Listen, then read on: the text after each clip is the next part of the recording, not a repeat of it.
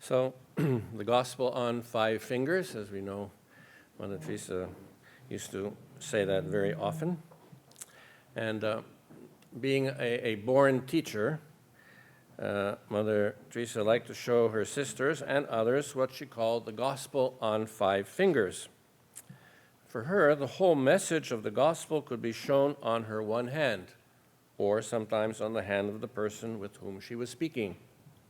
She would say slowly on each finger, "You did it to me." And this is, of course, from the Gospel of Matthew, St. Matthew, chapter 25, verse 40, the scene of the Last Judgment.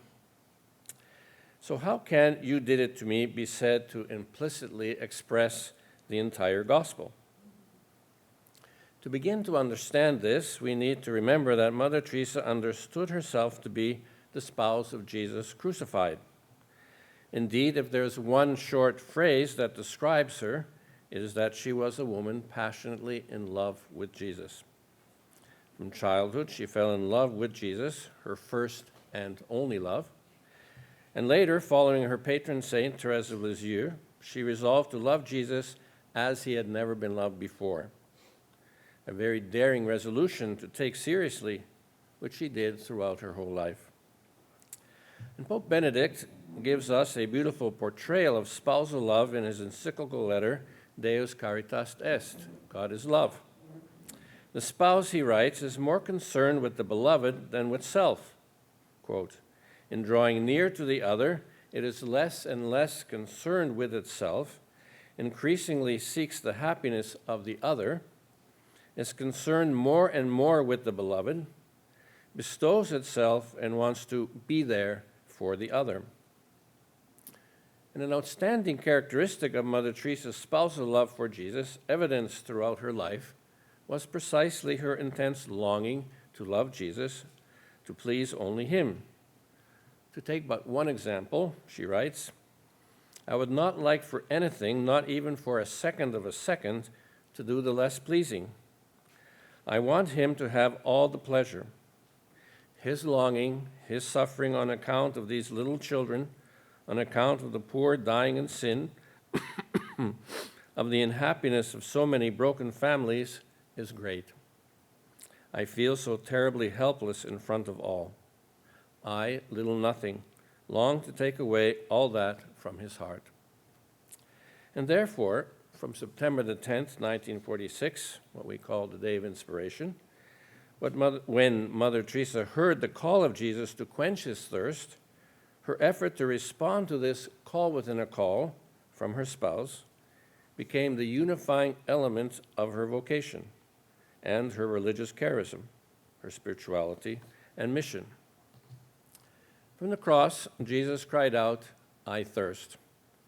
And Mother Teresa understood this intense, painful thirst of Jesus, as she described it often, as a thirst for love and for souls. And therefore, from the very beginning of her new mission, the aim was clear. The aim of our congregation is to quench the thirst of Jesus on the cross for love and souls by laboring at the salvation and sanctification of the poorest of the poor. From the Constitutions, number 1. As a testimony to the clarity of Mother Teresa's mind regarding the central purpose of her mission, not a word of this aim has ever changed. Mother Teresa would quench Jesus' thirst for love by her passionate love for him, by her intense desire to return love for love. And secondly, she would quench Jesus' thirst for souls by her service to the poor, as she expressed it, by laboring at the salvation and sanctification of the poorest of the poor, seeing and serving Jesus present in them. And so Mother, in this way, joined "I thirst," John 19:28, which reflects her calling to satiate Jesus' thirst, her aim, and "You did it to me," Matthew 25:40, which reflects the means of doing it. This work of serving the poor in the slums is codified in the Sisters' Constitutions as a separate vow of wholehearted and free service to the poorest of the poor, known commonly as the vow of charity or simply as the fourth vow. Indeed, it was her complete dedication to satiating or quenching the thirst of Jesus by serving the poorest of the poor that gave Mother Teresa her great focus and sense of purpose. All the other aspects of the sisters' life and work, as outlined in their constitutions and made concrete in their way of life, served this single purpose. As Mother Teresa expressed it, the constitutions are a means. They show us how to live. I thirst, I quench. They are rules to guide me. Like the street lights, they are just means, not the end. The end is, I thirst, I quench. And who are the poorest of the poor? The constitutions of the Missionaries of Charity speak of them as those who are materially or spiritually the poorest of the poor, irrespective of caste, creed, or nationality. And then follows a list of concrete examples embracing a great variety of human miseries.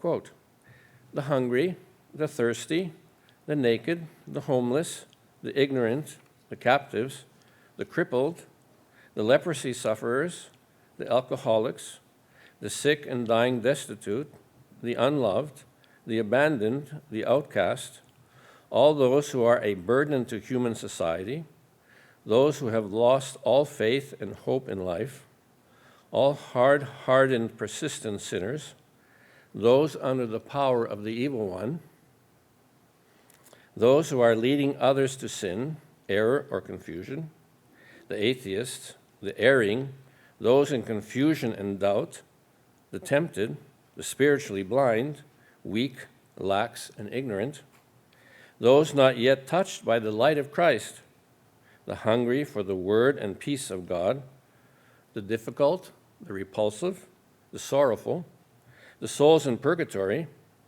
and every missionary of charity by accepting to live the life of evangelical poverty and by the very fact of being sinners.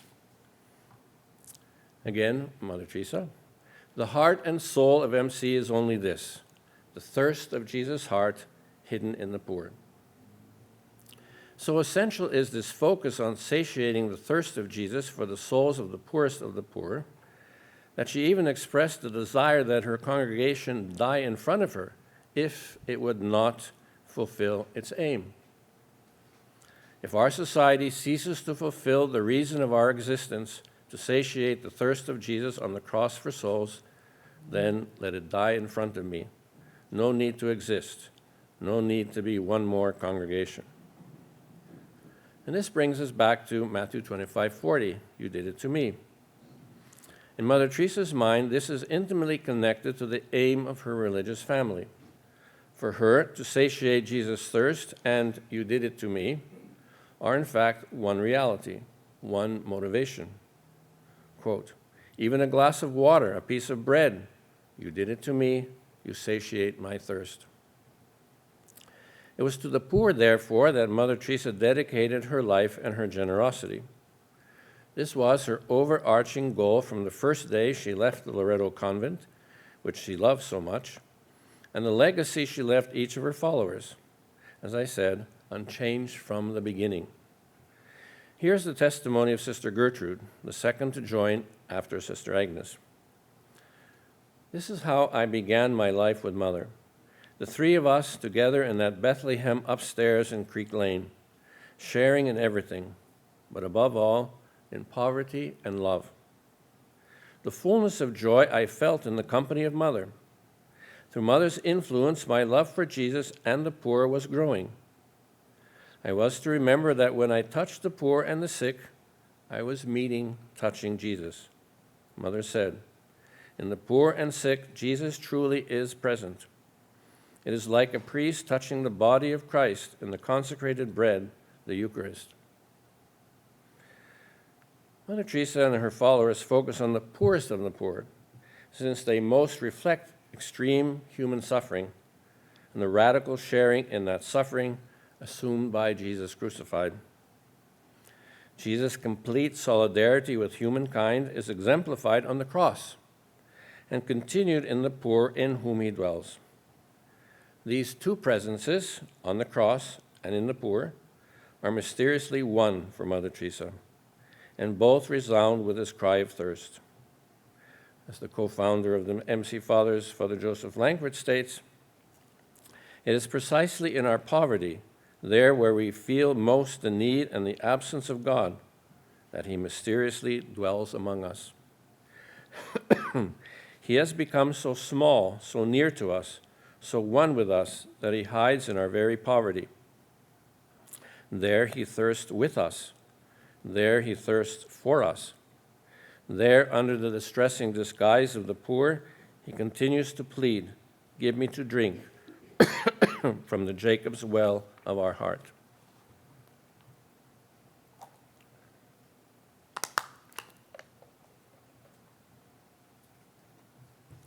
Mother Teresa believed that the poor are Jesus' Calvary today.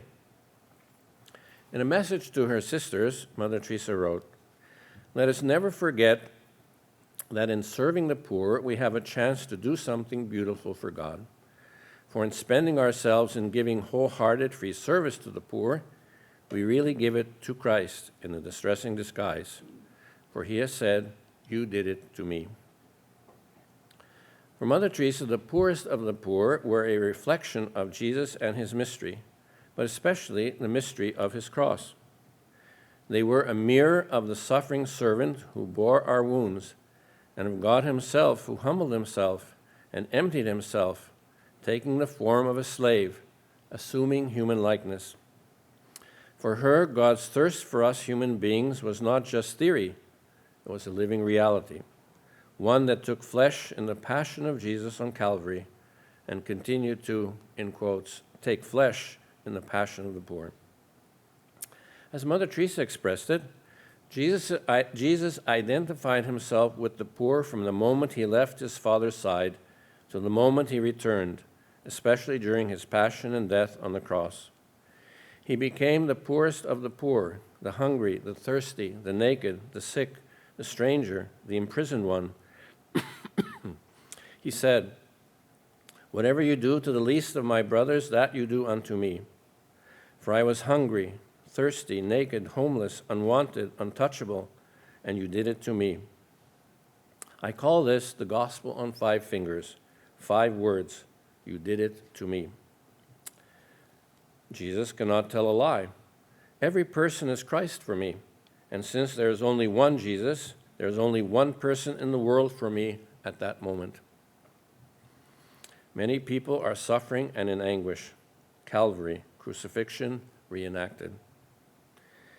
In serving the poorest of the poor, Mother Teresa's focus was on the personal, even one-to-one. Father Gary Duckworth, MC, one of our fathers, who knew Mother Teresa for 20 years, explains this as follows. Her work was not a social work that tried to change systems. Hers was a work of immediate charity that tried to change hearts into believing God loved them by easing their immediate necessity. She was always quite clear about this. People who were dying of hunger did not need a program. People who were abandoned and lonely did not need a program. They needed immediate love and care. And that's what Mother taught. Later, they could benefit from a program, and she invited others to provide them for the poor. But hers was to be the initial healing touch of God. Her work was only a drop in the ocean, but she realized that her drop helped. She would say with some humor, we will give the fish to eat, and later you buy the pole and teach them to fish for themselves. Father Gary continues, Jesus said in the Gospels, I was hungry, and you gave me to eat. I was in prison, and you visited me. Mother realized that this initial care must be very personal, a personal touch. Programs are necessary, but they can make the relationship with the person more impersonal. Mother taught her missionaries of charity to be the personal touch of Jesus, be his presence, his compassion, his love to the poor. And this was her vision of the work of the missionaries of charity. Again, it's not how much you do, but how much love you put in the doing.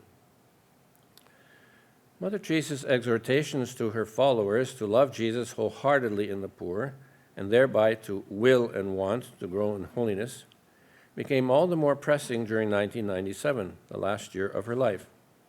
Here are some of her words to her sisters. The poorest of the poor are all over the world. Even in the rich countries you find them. We have to satiate the thirst of God for these people. He is hungry. He is thirsting for their love. And that is why the missionaries of charity have a real simple vocation to satiate the thirst of God, the thirst of Jesus, by working at the salvation and sanctification of the poorest of the poor. The more we do for the poor, the more we do to Jesus himself. Whatever you do to the least of my brethren, you do it to me. Nobody is more least than our poor. And whatever we do for the poor, we do it to Jesus himself. So put your whole heart and soul to thank God for your vocation as MCs and make this strong resolution. I want to be holy, to serve God with my whole heart and soul in the poor. We have a wonderful chance to grow in holiness. The more we love, the closer we draw to Jesus. I believe his word. You did it to me. This is the only reason and the joy of my life, to love and serve him in the distressing disguise of the poor. Let's go into this a little further so we can better grasp how you did it to me can be said to implicitly express the entire gospel. God's love expressed within the Trinity in the oneness between Father and Son finds expression outside the Trinity in oneness and identification with sinful humanity, in Jesus, who emptied himself and took on the condition of a slave, appearing in human form, Philippians 2:7. The Catechism of the Catholic Church says in number 618 that in his incarnate divine person, he has in some way united himself to every man.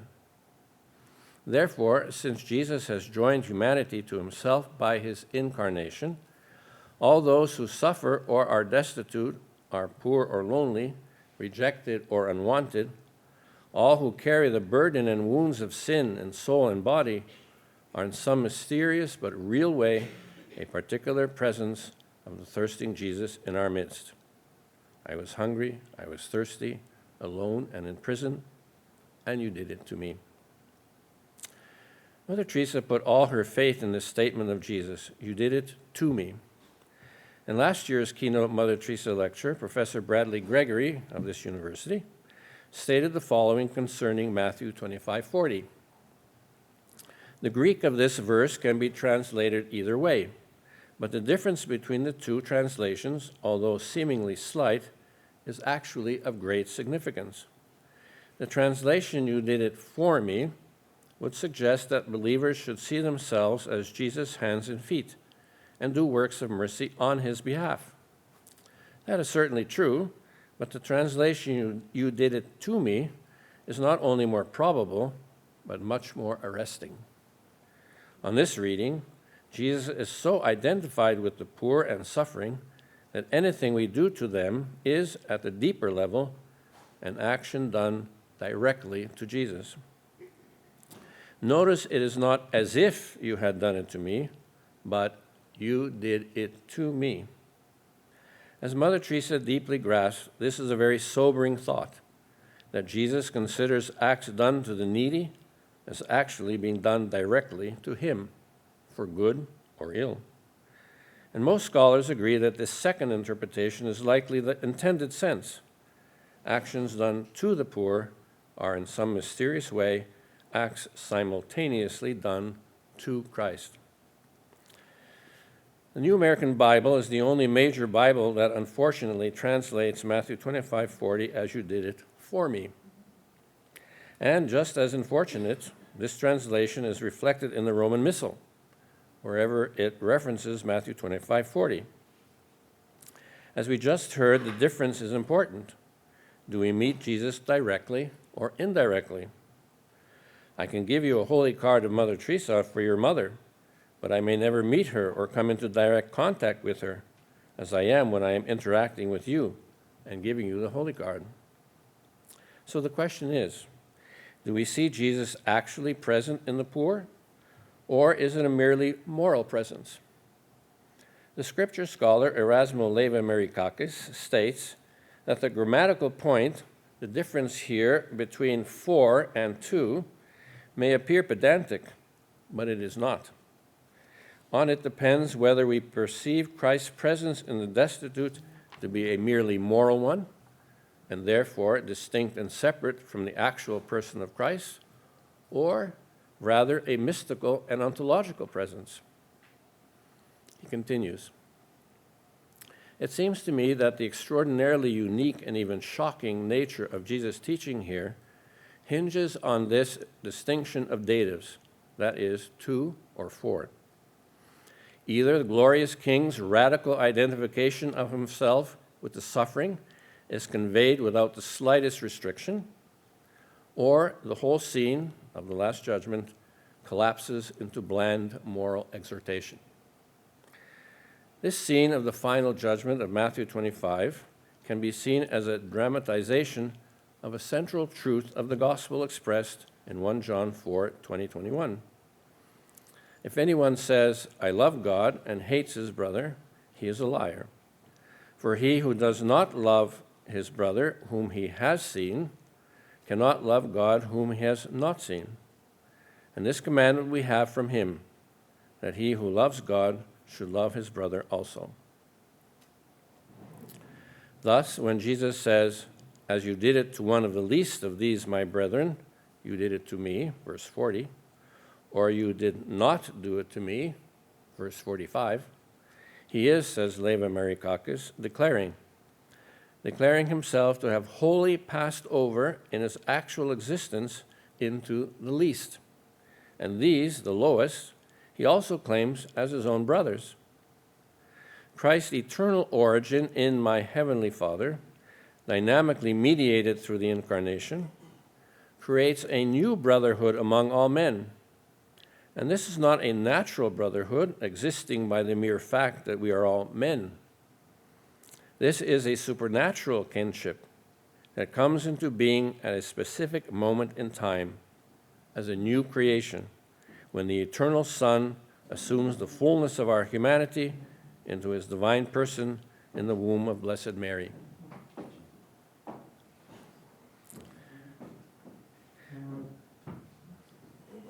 This conviction that Jesus is in a real way present in the poor was the great lesson Mother Teresa left to her followers and to all of us. A senior sister stated, "I thirst, you did it to me, were one for Mother." She said that there are not two loves, but one. Every fiber of Mother's being, every cell soaked in love, resounded with these words, "I thirst, you did it to me." Another senior sister declared, "In my opinion, the biggest charismatic gift Mother received was the charism given her for the Missionaries of Charity. Jesus' words, 'I thirst,' penetrated her heart, and with a faith illumined by the Spirit's gift of understanding, she grasped the profound connection between 'I thirst' and 'you did it to me.'" Mother Teresa's own words throughout her life were strong and clear on this declaration of Jesus, "You did it to me," which she set as a cornerstone for her spirituality and work. Here are a few quotes from her instructions to the sisters. "Are we so completely one with the poor? Jesus is a living person present in the tabernacle, and he is also in the person of the poor. He said, 'You did it to me.' And we have consecrated our lives to serve him. And he said, 'Whatever you do to the least of my brothers, you do it to me.' Jesus said, 'You did it to me.' You must never forget this."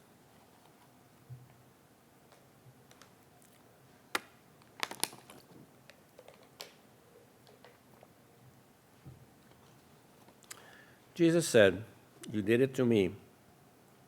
We all want to love God because we have been created for greater things, to love and be loved.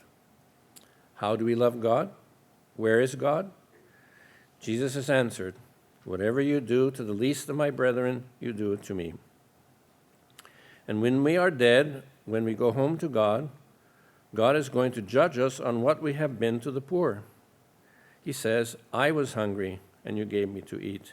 I was lonely, and you smiled at me. Whatever you do to the least of my brethren, you have done it to me. Nirmal Hridoy, the home for the dying in Calcutta, now Kolkata. The living tabernacle of the suffering Christ. How clean your hands must be to touch the broken bodies. How clean your tongue must be to speak the words of comfort, faith, and love. For many of them, it is the first contact with love, and it may be their last. How much you must be alive to his presence if you really believe what Jesus had said, you did it to me. Oral witnesses during the canonization process also grasped this importance of Matthew 25:40. You did it to me, for Mother Teresa and the Missionaries of Charity. A laywoman who knew Mother Teresa well said, I think Mother had a deep and even mystical understanding of poverty, but the materially poor, that was Mother's great love. For Mother, they were Jesus. She was closest to him in the Eucharist and in the poor. Mother called it one love. An active MC brother declared, one of the main characteristics of Mother's spirituality was seeing Christ in the poorest of the poor, in the most distressing disguise. This word, distressing disguise, is something very special. It was not just the poorest of the poor, but seeing Jesus in distressing disguise, in the form of being very difficult, very hard to discover, but believing that Jesus is there, that Jesus is thirsty, trying to be with him. You cannot enter into that faith in the distressing disguise unless you have contact through meditation, through prayer, especially through the Eucharist. And then she would say, the Jesus whom I receive in the Eucharist is the same Jesus whom I serve. It is not a different Jesus. In her acceptance speech upon receiving the Templeton Prize in 1973, Mother Teresa expressed her vision of faith in the presence of Jesus in the poor. Actually, we are touching his body. It is the hungry Christ that we are feeding. It is the naked Christ that we are clothing. It is the homeless Christ that we are giving shelter. And it is not only just hunger for bread and nakedness for clothes and homelessness for a house made of bricks. But Christ today is hungry in our poor people and even in the rich for love, for being cared for being wanted, for having someone to call their own. Today, like before, when Jesus comes among his own and his own don't know him, he comes in the broken bodies of our poor. He comes even in the rich who are being suffocated with their riches, in the loneliness of their hearts, and there is no one to love them. This is the people that we must know. This is Jesus yesterday and today and tomorrow. And you and I, we must know who they are, and that knowledge will lead us to love them and love to service. Mother Teresa's successor, Sister Nirmala, stated that the purpose of our apostolic activities is to reveal to the poorest of the poor the loving countenance of God, our Father, and to remind them that God has not forgotten them, but indeed loves them tenderly, just as they are, no matter how poor, little, miserable, or sinful they may be. We hope thus to arouse in their hearts the desire to turn to God in love and confidence, thus satiating God's thirst to love them and to draw them to his heart. We also see Jesus in them and love and serve him in the various disguises of the poorest of the poor, just for the sheer joy of loving him who has loved us first, and thus satiating his thirst for our love. As the MC brother observed, Mother Teresa also connected Jesus present in the Eucharist and Jesus present in the poor. She explained this in this manner. We have Jesus in the Blessed Sacrament and in the poor. You did it to me, and I want, with God's blessing or grace, to be holy. If if you put your two hands together, you'll be in the presence of Jesus all the time. We have the Blessed Sacrament and Jesus in the poor 24 hours. What a gift of God. Make use of this. That's all I want. Whatever you did to the least, even to your sisters. If you give a glass of water, you did it to me. The whole time you can be in the presence of Jesus, able to love, serve Jesus tenderly in the poor, and in whatever you do to each other.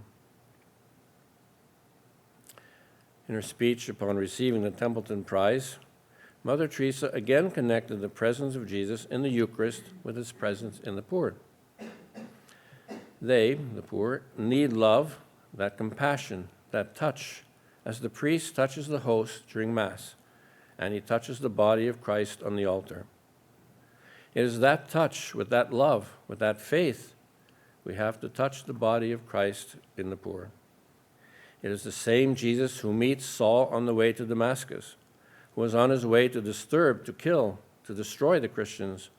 And he asks, Saul, Saul, why do you persecute me? And Saul asks, who are you, Lord? I am Jesus Christ that you persecute. And today it is the same cry, the same Jesus, the same today in our poor people who are unwanted, unemployed, uncared for, hungry and naked and homeless. Even if it is to one, he is Jesus. He is the one that is hungry for love, for care, and as it is written in the Scripture, I looked for one to care for me, and I didn't find one. How terrible it would be if Jesus had to say that to us today, after dying for us on the cross. As a final example, this is the testimony of Sister Gertrude, the second to join Mother Teresa. Her words reflect what "you did it to me" meant in the practical life of Mother Teresa and the sisters in their early days. In 1951, as more candidates joined, Mother opened a new center in another slum area, in a 3-story building near the railroad. There were many children. The new postulant, Sister Celine, was my companion for that school. One day, Mother came to visit. She took another postulant and went visiting the families of those who were sick in bed. By midday, when we closed the school, Mother called a rickshaw and made me sit in it. With the help of Sister Celine, Mother brought a very sick man of about 45 years old. This man had tuberculosis, as he was coughing and vomiting blood. His clothes were so dirty, he must have been lying in the gutter. Mother told the rickshaw man where to go to the TB hospital. Mother was walking before us along with Sister Celine. I can never in my life forget that incident and my terrible reaction to a man so sick, vomiting blood. Then Mother told me, you have a chance to carry the dying Jesus. Take him and care for him. Don't be frightened. I'm arranging for his admission in the hospital. I was struggling so much, thinking, if my father or my relatives would meet me on the road with a young man, sick and dying on my lap, what would be the result? As it was, my parents had already disowned me because of Mother's way of going to the slums. They did not mind my becoming a nun, but this was a disgraceful way, according to them. I just said a prayer in my heart to Our Lady. Right after this prayer, that dying man looked at me with such a painful gaze, with tears in his eyes. In 1 second, a flash of light came in my heart. In my eyes, I saw, it is Jesus who was taken into the arms of Mary from the cross. The words of Mother, this is your chance to carry Jesus dying. Carry him with love. Don't let him get hurt. Ask Our Lady to help you. It became such a reality to me. My initial repugnance turned into a supernatural love. This experience of Jesus in reality, present in the sick and dying, in such a disguise, will never leave me. the faith that was implanted in my soul, this reality of Jesus in such a distressing disguise, is something rooted by Mother within me from that day. Mother Teresa was an eminent witness and teacher of the gospel, and especially the gospel of charity. She was truly a missionary of charity. At the very heart of this teaching was the gospel passage of Matthew 25:40. You did it to me. As we have seen, Mother Teresa took Jesus at his word and believed with every fiber of her being and all the love of her heart that Jesus was truly present in each person, and especially in the poorest of the poor. When Mother Teresa died in 1997, Brother Patrick Ellis, president of Catholic University of America here, observed that she, quote, was one of this century's great, complete Christians. She lived the gospel with a courage that was as dazzling as it was supernaturally inspired. She was a gift of God to our time, not only to those whom she and her followers directly helped, but to all the rest of us, she showed us the way. Babjot Singh, a Sikh leader, made this reflection. Pure she was, purity she preached. Lovely she was, for love she preached. Humble she was, so humility she preached. Apostle of peace, and to the downtrodden, she was the incarnation of charity, and service of humanity she preached. Her friend and noted British writer Malcolm Muggeridge spoke in the Times of London of what Mother Teresa meant to him. Quote, words cannot convey how beholden I am to her. She has given me a whole new vision of what being a Christian means, of the amazing power of love, and how in one dedicated soul it can burgeon to cover the whole world. As Professor Bradley Gregory observed last year in his keynote, the "You did it to me" of Matthew 25:40 leads us into the deepest reality of the gospel.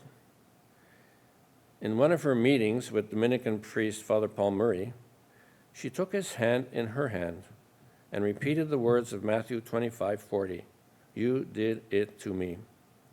And then she said, the entire mystery of our lives is here, Father Paul, in these 5 words. Mother Teresa's remark on Matthew 25:40 is profound and very challenging, but its truth also shows us that through God's grace, the ability to encounter Christ in the poor is a privilege, a gift. Literally, our future destiny, heaven or not, depends on how we respond to the gift of meeting Jesus in one another, and especially the poor. Thank you.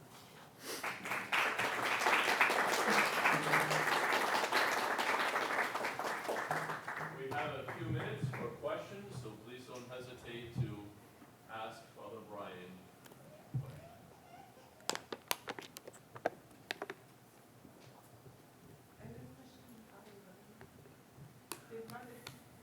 Not you.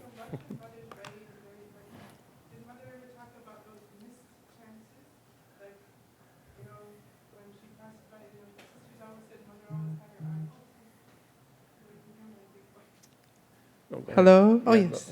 No, did you see in her writings or testimony anything that there was missed chances? You know, like she regrets, oh, I had that chance, or I saw that person she wasn't able to reach? I don't think her personally, maybe when she was giving instruction, or we might say scolding.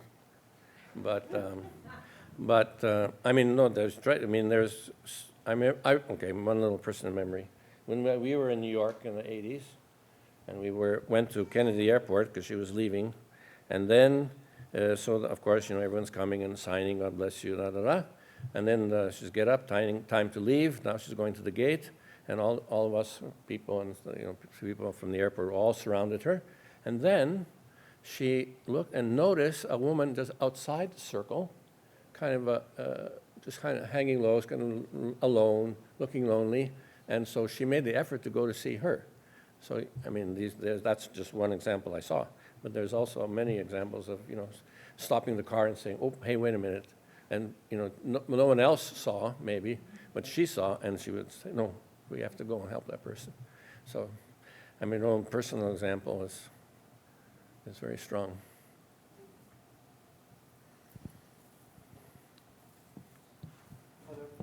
Yeah, there.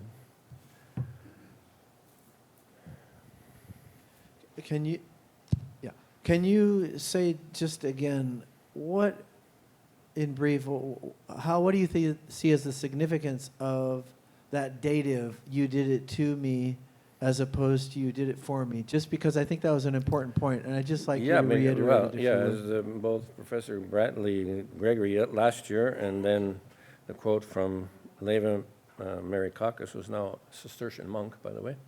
And so it's very significant. So even though Marikakis said, if it's not to me, then the whole thing is like banal. So it's like, okay, well, for me, I can do it for someone, okay. So, as even Father James was saying last night, both are correct grammatically, but I think, I hate to say it in America, but the New American Bible is the only one. All the other ones, Douay-Rheims and Knox and RSV and Jerusalem Bible on their derivatives, they all have two. And as I said, unfortunately, it's even in the Roman Missal. When there was Matthew 25:40, you look and it's for me. So they must have followed the American translation. But yeah, Mother's faith was absolutely, totally to me. So if that's not right, then the whole thing collapses. But yeah, very significant. Father Bob. Did you connect then the other hand, I will, I want, with God's blessing, be holy, with right. Yeah, she would general do that. aim? Remember last year's? She would, on one hand, you did it to me, and then the other one is, I want, with God's blessing or grace should be, to be holy. Put them two together, and you can be holy. So, Would you see that as the aim? The seeking holiness, satiate the thirst of Jesus by chastity, the poverty, aim and obedience. the means. Yeah, the aim and the means. Yeah, very clear. Yeah, so if anything, yesterday Father James was speaking of her spiritual doctrine. And so if there's one strong part of her doctrine would be Matthew 25:40. So, because that's, some people might see it more as like a metaphor or something, but that's not Mother Teresa's vision, and I think scripture scholars and theologians would say it really is, the full meaning of it is to me. So I think one of the things maybe that Mother Teresa will, in quote marks, teach the church is, or remind of, or show the significance of it to me, and so that's one of them, Sister. You began by saying, like, the gospel on 5 fingers, you did it to me. You began by saying the gospel on 5 fingers, you did it to me, and then you were saying, presented that question, well, how can this be the whole gospel? Can you share a little bit more about that? You did a little bit, like from the time Jesus left the Father till he went back. But the context is the Last Judgment. So if you did it, then you're on one side. And if you didn't, then you're on the other side. So as I said at the end, and then Mother said to Father Paul, what did she say? Our whole, the entire mystery of our lives is here, Father Paul, in these 5 words. So how significant that means for Mother. You did it to me really is, because our eternal destiny is based on that. Okay?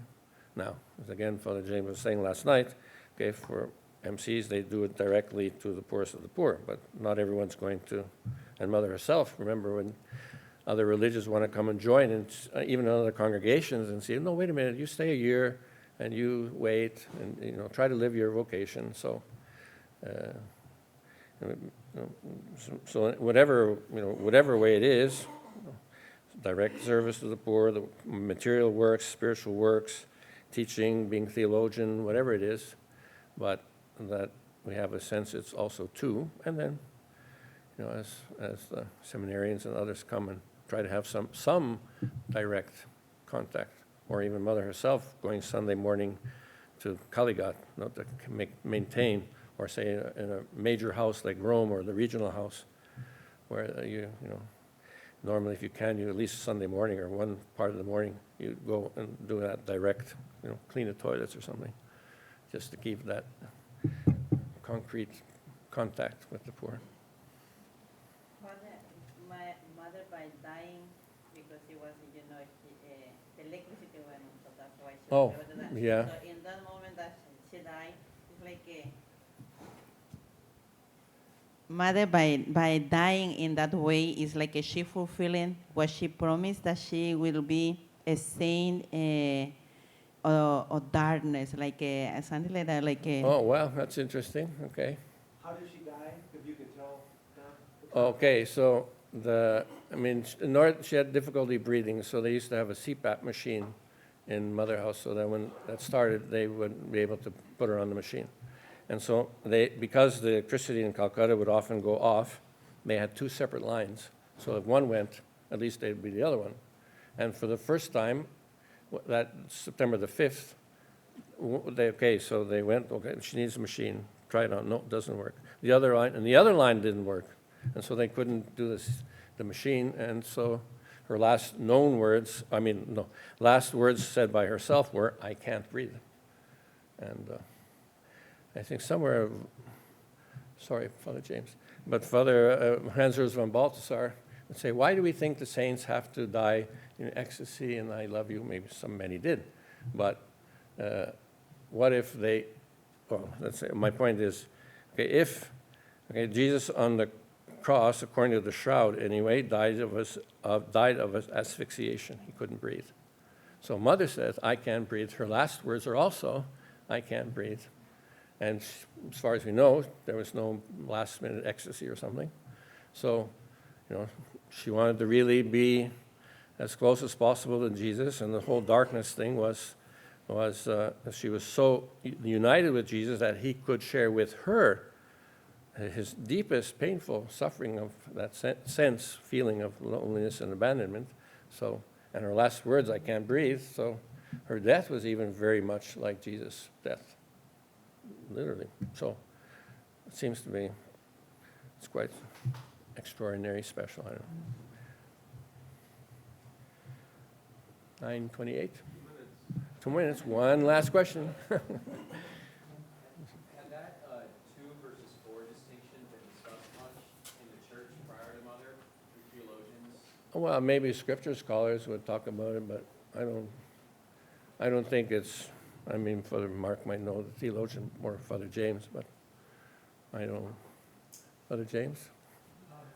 There's an article in the book Mother Teresa and the Mystics by Father Andrew Hofer, where he goes through Augustine's commentary, Aquinas' commentary, and then remarks by, is it Teresa of Avila? And then, you might want to look at that. Yeah. The book Father James is referring to is called Mother Teresa and the Mystics, and it was done by Ave Maria, and I did a conference there, and then they had their other people, so that's all there. And one of them is Father Hofer, who lives over there across the street with Father James. So. Please join me in thanking Father. Thank you.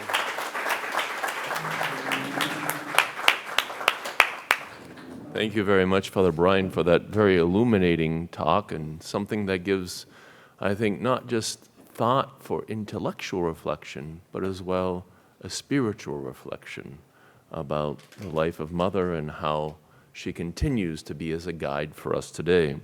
We will now have a 15-minute break. I know it's a little tight in here. We'll try to maybe rearrange some things so it becomes a little bit more comfortable. There's some wonderful refreshments back there, some coffee, some water, some muffins if you dare. So please enjoy. We'll be back here in 15 minutes at 9:45. Thank you.